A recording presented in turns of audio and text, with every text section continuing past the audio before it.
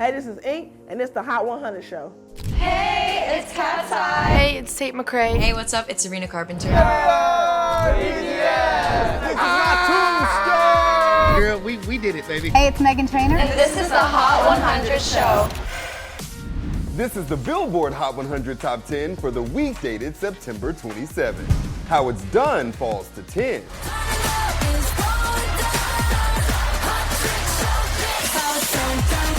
I watched it 3 times. Yeah. Let's go watch Yeah, let's go watch it after this. After break, when we get into break. I watched it 3 times. Sit I her will down say. on there. Watch it. I was like emotionally moved every single time. You wanna get wild? Okay, I'll show you wild. As Teddy Swims returns to the top 10.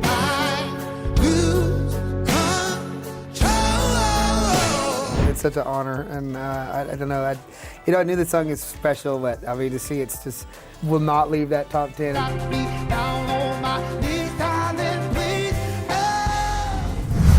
Justin's Daisies is up to 8. I think he was like my first concert ever. Yeah, Justin's flow state is the most powerful I've seen. Justin does. The way you got me all in my head. So there are numbers 10 through 8, and that's one of the first time I feel like we've seen a K-pop Demon Hunters song slip. What's going on with the chart this week? Is the time over? No. I mean, obviously, just a little shuffling around. I mean, obviously, K-pop Demon Hunters has been such a phenomenon for the past several months on the Hot 100. You know, we can cut them a little slack. They can, sort of, bobble around the top 10 for a little bit, but certainly not the last song we're going to talk about from K-pop Demon Hunters to, surprise about the Hot 100 there, but just down a little bit. So, obviously, no need to send the panic alarm up. Just one of those weeks where, hey, just gotta keep it interesting some way. So the songs decided to take a 1 or 2 spot little jumper or fall for us. And I mean, one song that has a hold on the top 10, it left, but he's back like he never left. Teddy Swims in the top 10. Yeah, this Teddy Swims is just, I mean, it's crazy how the story goes, because every time you start to see it kind of come down and you think, okay, maybe at this point, the peak has been so long ago, is it kind of time? And then no, Teddy says, wait a minute, I got a 2nd, 3rd, 4th, 5th, 17th wind in me. Back in the top 10, spent over 100 weeks on the chart, so very much in the record books with that. Just one of those songs that between radio and the consistent streaming, just, week in, week out, has just become this hit that so many different people of so many different ages, people like different kind of genres have just clung on to, and clearly they have not let it go in over 2 years. That is wild. And I mean, do we think Teddy will have a follow-up to this that ever sees this kind of success? Never. No. Please don't. I think at this point we've been listening to Lose Control for years, so people are accustomed to and love Teddy Swims' voice. So I think there's no way that this man is not going to have another monster hit in his future. People just love the sound of his voice. And then, of course, Justin Bieber with Daisies. It seems like this is the song from Swag 2 that's not going anywhere. It's an easy song to listen to. It's super fun. It's a standout for me from Daisies. It's a standout for me from Swag. That's why she got Daisies on the brain, she can't let it go. And Danielle, how do you feel about the new Bieber? I feel like his swag is different. Yeah, it's a completely different sound on Swag 2, but I like it. It's fun to hear Bieber on streaming again with new stuff, so. Well, that was numbers 10 through 8. Let's jump back into the chart at number 7. Love Me Not climbs to number 7. He love me not, he loves me, he holds me tight, then lets me go. It's crazy for me because I always felt like I was a little awkward with the internet. So I was like, is one of those moments possible for me? But honestly, I think that good music and good songs find their way in the world. Once I leave you, I'm stronger. If I get you, I'm slowly breaking down. Your Idol slips to 6. The Saja boys, how can we forget our enemies? Still gracious with them, Trying to squash the beef. We'll see. While Soda Pop is still at 5. You're my soda pop, my little soda pop. Tate and Morgan rise to 4. I said, baby, you should know that's what I want. We're counting down the list of the Billboard Top 10. And we got Morgan Wallen and Tate McRae for What I Want. Have you heard the track? I have heard it. You like it? I think it's a good song, and I think it's getting traction on the charts, so it's pretty good. There are no hard feelings if you only wanna act like lovers do. I feel bad that Delisa is not here with us this week because she said she wants Raven to keep climbing, and Raven's up again. Yeah, that Raven Lene is, clearly will go down as one of the big breakout stories of this year. Just to see that climb, we mentioned, for it literally to be her first top 100 hit and come, all the way from the bottom of the chart, work its way up over several months and just become this big force at top 40. So many people have been rooting for this success. She's had years and years, kind of like, almost like a Lizzo-y kind of effect where she had this big underground following. People were just kind of waiting, like, what is that song gonna be that's gonna get her to the top? Because they knew she had the potential, knew she had the voice, everything. And just to see it come up and not just be this quick flash, 2-week wonder, but to be holding on in the top 10 for months, gotta love it. And again, with all the movement on the chart, we saw Soda Pop is in the same spot, but your idol slipped. Another K-Pop Demon Hunters song falling, which to me, Soda Pop was always the best one, but it was interesting that so far your idol has been the hit. I think people are finally catching on to Soda Pop. It bubbles, fizzes. It's just, I think it's a little more durable maybe. It's the kind of song I want to listen to. I can see myself listening to even still a year from now. Your idol's solid, but maybe a little less. Danielle, do you have a favorite K-Pop Demon Hunters track? It's gotta be Golden. There's nothing more golden than Golden. Well, we'll see where that lands on the chart. And then also, Tate and Morgan up again. Yeah, this is an interesting one because obviously given what Ordinary, Alex Warren has done for the past summer, what K-Pop Demon Hunters is doing. As quiet as a Morgan Wallen, song can be, this one is I think maybe surprising people at its staying power just because there's been so many new things that have come since the album has come out that have really taken over the main headlines on the chart. Obviously the song was a #1 debut back when it first came on the chart. But, to be still top 5, gaining at radio, been on the chart for about 4 or 5 months now. It's got quiet staying power amid, all the forces of Alex Warren, K-Pop Demon Hunters, very possibly soon Taylor Swift. So, as big a star as Morgan is, as big a star as Tate is, they've kind of quietly kept that top 5 run going, and this song has really proven to be a lasting hit. And I hate you would bring up Taylor Swift because now, of course, my brain is already going, wait, what is the top 10 show gonna be like that week? All Taylor. If history serves from the last 2 albums, that will be your top 10 show that week. So, obviously be, crazy to watch. There's only 12 tracks on the album, so they'll be fighting among themselves to see, which potentially, which 2 get left out in the cold and which ones go down in the top 10. Well, The Fate of Ophelia is the first single video dropping next week. I cannot wait. Now, speaking of Hot 100 hits, our next guest has definitely written some. Give it up for Ink. I know I'm home when I smell a pot of sweet tea. So bringing the sweet tea to the Hot 100 show, I'm hanging out with Ink. How's it going? What's up? It's going good. How you feeling? Feeling good. We're talking about this week's chart. A lot of new movement, 4 songs from K-Pop Demon Hunters, upward movement from Justin Bieber and Raven Lene. How you feeling about music right now? Nah, it's crazy. It's a lot of little surprising stuff on there, but it's some dope artists also coming up there, new artists, you know what I'm saying? So it's wide open right now, you know what I'm saying? Yeah, well, you're no stranger to the chart yourself. Let's talk about some of these hits you've written. Come on. Texas Hold'em, that's crazy. Billboard #1 from Beyonce. Also end up getting you a Grammy win as well. So how was that whole experience? Nah, that joint was a dream come true. It's just like real life, we worked so hard on that for that moment to be able to materialize and just come to fruition how it did. This ain't Texas. Ain't no Hold'em. Hey! And it's just a cultural shift, and I'm just happy to be a part of it. And your pen is great. That's not the only hit you've written. I've heard a couple rumors. We could even have a Songwriter of the Year nomination at the Grammys. You know what I'm saying? How would you feel if that happened to you? Oh, I would feel elated, celebrated, and motivated. You know what I mean? On behalf of the staff, I'm definitely saying thank y'all. Tap in with me. You know what I mean? I might not got a pen, but I definitely got the ink. So, it's always amazing when people, love the work that you put your heart and soul into. So I'm vibing on that. And 13 Weeks Luther was #1 on the Hot 100. Kendrick Lamar, SZA. I had to say it every week. I'm like, and Luther. How did you feel every week when you got the news that the song was #1 again? Nah, it was just vibe. I low key forgot. Like it was going on so long. I was just working. You know what I'm saying? We was just cooking up. So I was like, oh wow, shit, it's still going. So nah, it was just a growing experience. You know what I mean? It just like it felt like a time-free zone because we never really processed it because we just kept working. creating, you know what I mean? But it's beautiful, you know.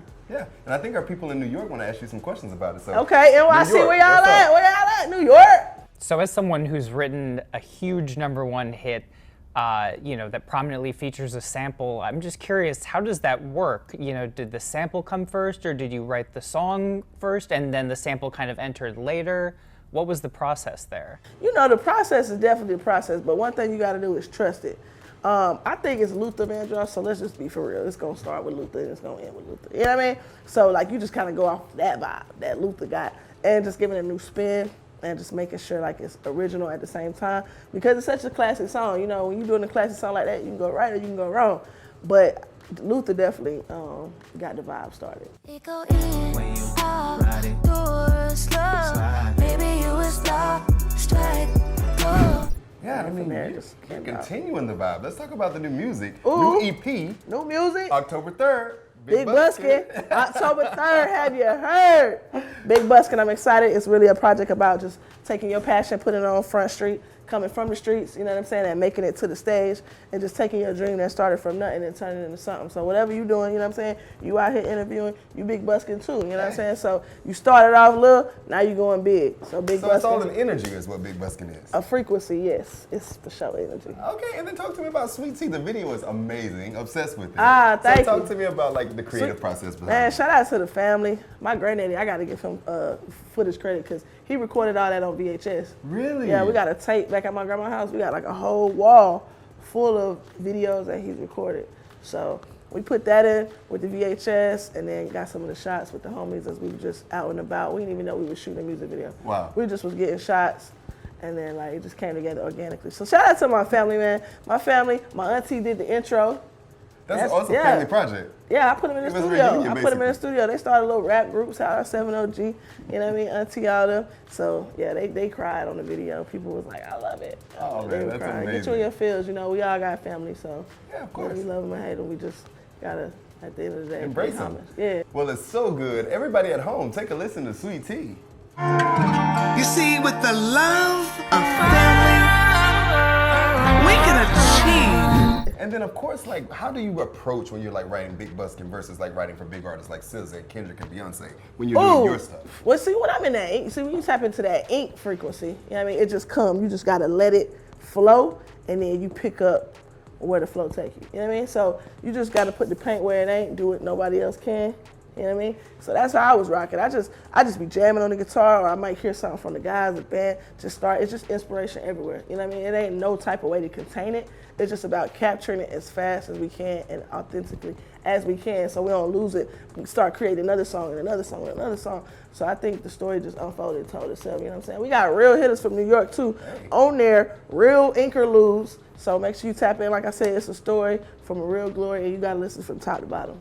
I can't wait to listen to it in person with you. I heard we got a little party we're gonna have. Do some line dancing next week, right? Yeah, for sure. You gonna wear your boots, right? Oh yeah, I'm gonna bring the boots. I got All the right, boots, crab cool. boots ready to go. You know about the hold down line dance too, right? Oh no, you gonna So teach me? yeah, I'm gonna teach you. All right, Tap in. can't wait. Well, before you get out of here, you wanna do me a favor? Can you toss to the next part of the chart? Yeah, I can do that. All right, right here. This is the top 3 for the Billboard Hot 100. Manchild is locked at 3. And what's the message of Manchild? What's it giving? Sometimes you just date a guy and he's just like a little childish, but like sometimes that's what you attract, you know? And that's basically what she was saying, and I get her, like. We feel you, girl.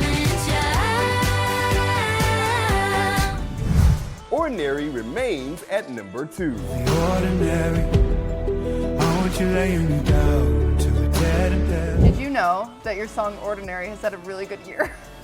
Did you know that? Tell me about it. I will! The angels up in the clouds are jealous knowing we found something so wild. We'll be ordinary. And appearing in the top spot for a 6th week is Golden.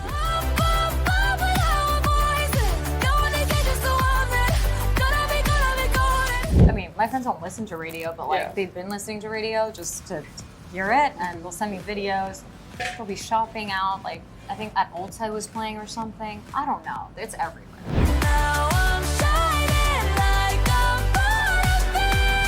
All right, so you said it, Danielle. Golden was your favorite track, and even though some of the K-Pop Demon Hunters songs slipped, Golden's went nowhere. Yeah, I mean, it's just such a fun song. It's a fun song to sing. I love seeing all the TikToks of the little kids trying to sing it. It's for sure the standout, and it's like the center point of the movie. So I love to see it shooting up, and let's go for 10 weeks, baby. Watch out, Oscars. Literally, yeah. And I mean, do we think that the Huntrix girls, people will want more music from them outside of the film? I was just talking about this with my friends, actually. I would love to see them as an actual girl group. They all like have their own personalities, and I think they would work really well together. Their voices already sound really good together. But I mean, I think at this point, we're just waiting for K-Pop Demon Hunters 2 to see them back together. And good point about their personalities, Danielle. They are hilarious. Make sure you go check out Takes Us Out. We took them to a Korean restaurant in New York, and it is phenomenal. Huntrix became the first female K-pop group to top the Hot 100, which is wild to think about also when you think of K-pop groups that are massive right now, like Blackpink. What was your reaction to hitting #1 for the first time? Damn. I cried. Yeah, I cried. I just literally just cried all day, literally. Like ugly crying. Not pretty crying. I mean, have you guys really still processed? Because No. It's so odd. I'm still on like, we charted 81. I cried like weeks later. Like two weeks later. Yeah, you say I'm emotionally constipated. Yeah. I love that expression. I'm really emotionally constipated, so like I process things after time. So like the other day I was crying in my car. I was like, oh my God, it's happening. Like it's all happening now. Like, I was talking to my manager about how like these moments, you would think certain like hitting #1 would do it for you, and it will help it set in your mind that you did it. But no, it's like seeing like the pictures that these kids draw. Like yesterday at TIFF, we had a podcast interview, and this woman gave us these 2 drawings that her daughter Lola drew for us, and we were just like, what? That's when it becomes the realist. Yeah, or like seeing a kid cry. You don't ever want to see a kid cry, but it's like, these are happy tears, and they're just so excited. Yeah. It's so surreal to even interact and see that with your own eyes, I think. Yeah, it's happening. It's crazy. It's like no words, right? I don't have know. no words. I lost all my adjectives. It just goes blank. Listen, I'm not complaining. I'm here for the ride. Oh, yeah. I'm very grateful. Keep it at #1 for months. Yeah, let's get to the month. Yeah. Up. Let's go 2 months. 2 months? Many 3 months? 3 months? 4 months? A year? 2? Show us what you got. You, as Huntrix, are the first all-woman collective of 3 or more members to lead the Hot 100 in 24 years. Do you know who led it before you? Destiny's Child, Bootylicious. Yes! I don't think they're ready for that jelly. Beyonce, Michelle, and Kelly. 8-year-old Sarah was like, that's gonna be me. Yeah. It is really cool because I feel like they were so trailblazing in their own way as well, and to just think that, you know, like it feels like a similar narrative in the sense of like 3 women of color just dominating, doing some stuff with their lives. I like the OG generation. So like G.O.D, like shout out, H.O.T, SES, like they are the reasons why I fell in love with K-pop. And like, you know, aespa, UG, Blackpink, BTS, twice, y'all, yeah. I'm a big 2010s era. Like, I fainted at a Big Bang concert when I was like 12. Oh, yeah. That was pretty epic. 21 was hugely inspirational. I love 21 too. Because I feel like they were just so cool, you know? And, you know, obviously they're amazingly beautiful as well, but I think for me it was like they led with their coolness and they led with their kind of self-empowerment, and for me that was like huge to see like an Asian 100%. female face who was owning their stuff to that degree, Yeah. you know? No, specifically CL, I think they weren't doing like the traditional girl group like aesthetic approach of like very good, frilly, girly, like no, they were hard and they were in your face, full of attitude. And I think us being raised in the West, there was a part of us that we saw in them because, you know, we are Korean American. We are not just Korean. There's a whole Western side to us, and it shows in our music and our artistry and everything that we do. Now, let's talk about Sabrina Carpenter. Her Tears is the new track, but nowhere in the top 10 this week, while Manchild is at 3. Tears is an amazing song. I think it will probably pop back into the top 10 at some point, but you know, Man-Child is just undeniable. It's like sassy, it's fun, and there's not a lot of like frothy, silly pop out there right now, and I feel like people need that. It's a Sabrina Carpenter takeover for sure. And I mean, Danielle, I know you gotta be a Coachella girly, so how are you feeling about Sabrina and Bieber playing the festival this year? It's a crazy lineup. I definitely would love to be at the desert. Sabrina headlining night one is huge, and I love that she promoted it by replaying her past Coachella performance, where she said the next time you'll see me is as a headliner, so. And you know who else was a carpenter in the desert? Jesus Christ. What? I was like, the Carpenters? I was waiting for I was like, is this a Karen Carpenter? And then I was like, oh, and I saw it right before. Wow. I remember the shirt now, yeah. Shout out to the Desert Carpenters there. Change it, make it history out here. And Trevor, I feel like we've talked about this so many times. Ordinary Alex Warren still at #2 on the chart. How is Alex Warren's career gonna move forward? Has he followed up with anything yet? Yeah, I mean, there's been a couple new tracks that have come through. Again, this is, you know, a good problem to have, that where you have that one massive song that just takes off in this way that you couldn't even predict. 10 Weeks of #1 on the Hot 100 was the song of the summer, you know, blew up in a way that if you put money on this like long before, you are a very, very rich person today. But there, you know, the album was resurfaced with the deluxe edition. Certainly, you know, you don't want to step on the toes of a song that is being, you know, so well received. So I'm sure they're, you know, going to take their time a little bit, come back with some new singles. Certainly the next album will be, you know, a very big deal, but there's a couple follow-ups in the works. But, you know, right now, Ordinary, just the gap that really Golden and Ordinary have on everything else on the chart. I mean, you know, obviously Taylor Swift is coming in a couple of weeks, but really without that, or if they can survive sort of the initial avalanche on that, there is a long, long runway before Ordinary, you know, is in danger of falling off the chart. I mean, it's one of those things where, you know, we talked about Lose Control 2 years after it came out. Could we be sitting here in 2027 talking about Ordinary? Maybe. That might be the case, Trevor. It certainly seems like it now. Well, can't wait to do this again with you guys next week. We'll see maybe if Cardi B's on the chart, and we'll get some switch-ups there. If you want more Billboard, make sure you hit the subscribe button and ring the bell to be notified on all our latest videos.